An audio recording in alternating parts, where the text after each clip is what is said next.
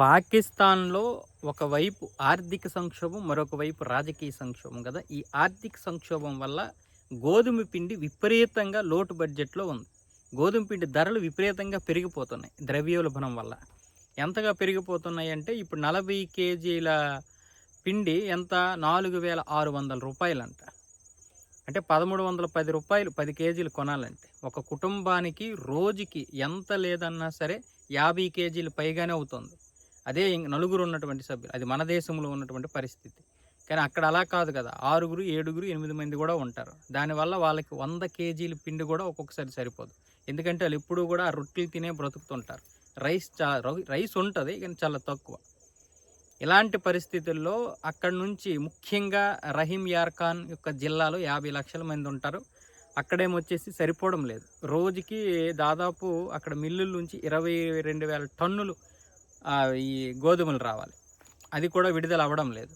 Mill ఒకవైపు ఏమొచ్చేసి మిల్లర్లు కూడా 80% నష్టాలతో నడుస్తున్నాం మేము. కాబట్టి ప్రభుత్వం ఇప్పుడు ఉదాసీనత చూపిస్తోంది. ఈ యొక్క ప్రభుత్వం విధానాల వల్లే ఈ పరిస్థితి వచ్చిందని వాళ్ళు కూడా గగ్గోలు పెడుతున్నారు. మరొక వైపు ప్రజలు 2 పూటలు మాత్రమే తినేటటువంటి పరిస్థితుల్లో ఉన్నారు.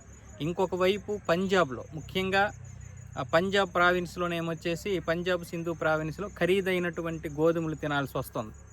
అంటే నాసిరకమైనటువంటి అంటే కొంచెం తక్కువ ధర ఉన్నటువంటి గోధుమలు దొరకడం లేదు. ఖరీదైనటువంటి గోధుమలే దొరుకుతున్నాయి. కానీ అంత ధర పెట్టుకోలేరు.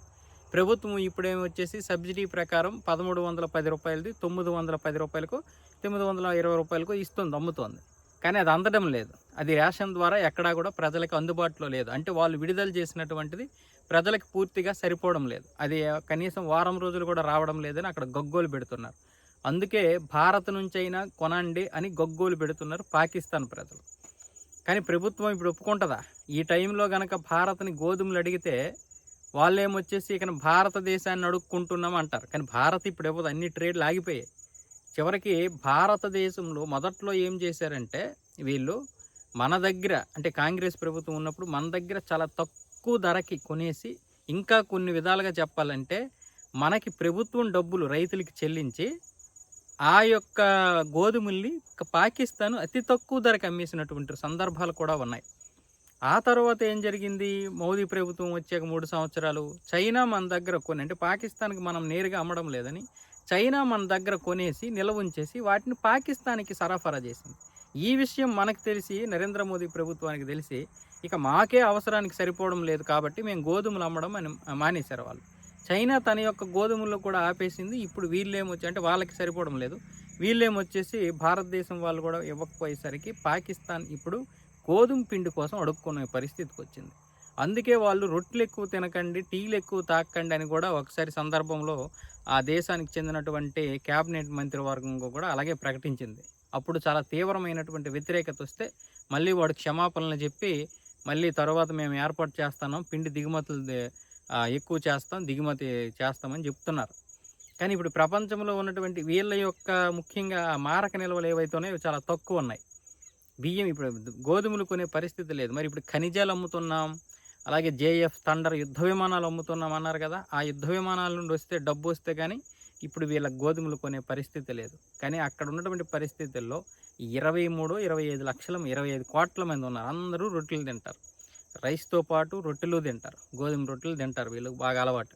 దానికి తగ్గట్టుగా సరఫరా లేదు. ఇప్పుడు సింధు జలాలు మనం ఇవ్వలేదంటే పాకిస్తాన్‌కి పంజాబ్ ప్రావిన్స్, సింధు ప్రావిన్స్ చాలా తీవ్రంగా దెబ్బతింటాయి.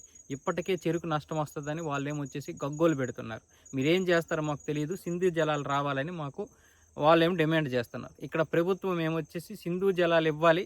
ఇది ద్వైపాక్షిక సంబంధం కాదు. మేము ఐక్యరాజ్య సమితి దగ్గరికి కూడా వెళ్తాం. మిగతా దేశాలు కూడా ఇందులో పాలు పంచుకుంటాయి. మాకు ఎలాగైనా సరే సింధు జలాలు ఇప్పించే విధంగా ప్రపంచ దేశాలు మాట్లాడాలి. భారతదేశం ఏకపక్ష నిర్ణయం తీసుకుందని ఒకవైపు ఏడుస్తుంటే అంటే వాళ్ళకి అర్థమైపోయింది. సింధు జలాలు ఇంకెవ్వరు 60 సంవత్సరాలుగా ఫ్రీగా తాగాము నెహ్రూ దయ వల్ల.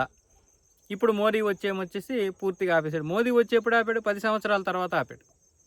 మోదీ ఏం మొదట ఆపలేదు. పహల్గామ్ దాడి జరిగిన తర్వాత ఇప్పుడు వీళ్ళకి ఈ యొక్క సంకటం. అటువైపు ఏమొచ్చేసి ఆఫ్ఘనిస్తాన్ వాళ్ళు కూడా ఇంకొక నదిని ఆపేస్తున్నారు. కాబట్టి ఏ విధంగా చూసినా సరే రేపు గోధుమలు, చెరకంటే మామూలుగా కాదు. వీళ్ళకి పంచదార విపరీతంగా తింటారు. ఎగుమతుల తరువాత సంగతి. దిగుమతులు చేసుకోకుండా ఇక్కడ ఉన్నటువంటి పంటని ఉపయోగించుకోవడానికి పాకిస్తాన్ వాళ్ళకి ఈ సింధు పంజాబ్ ప్రావిన్సే చాలా ముఖ్యం. 20% జీడిపిలో ఇక్కడ ఉన్నటువంటి వ్యవసాయమే ఆధారం, ప్రధాన ఆధారం. ఈ ప్రధాన ఆధారమైనటువంటి ఈ సింధు జలాలు కనుక రాకపోతే ఇంకా రేపు తకదిం తందానే అవుతుంది పాకిస్తాన్కి.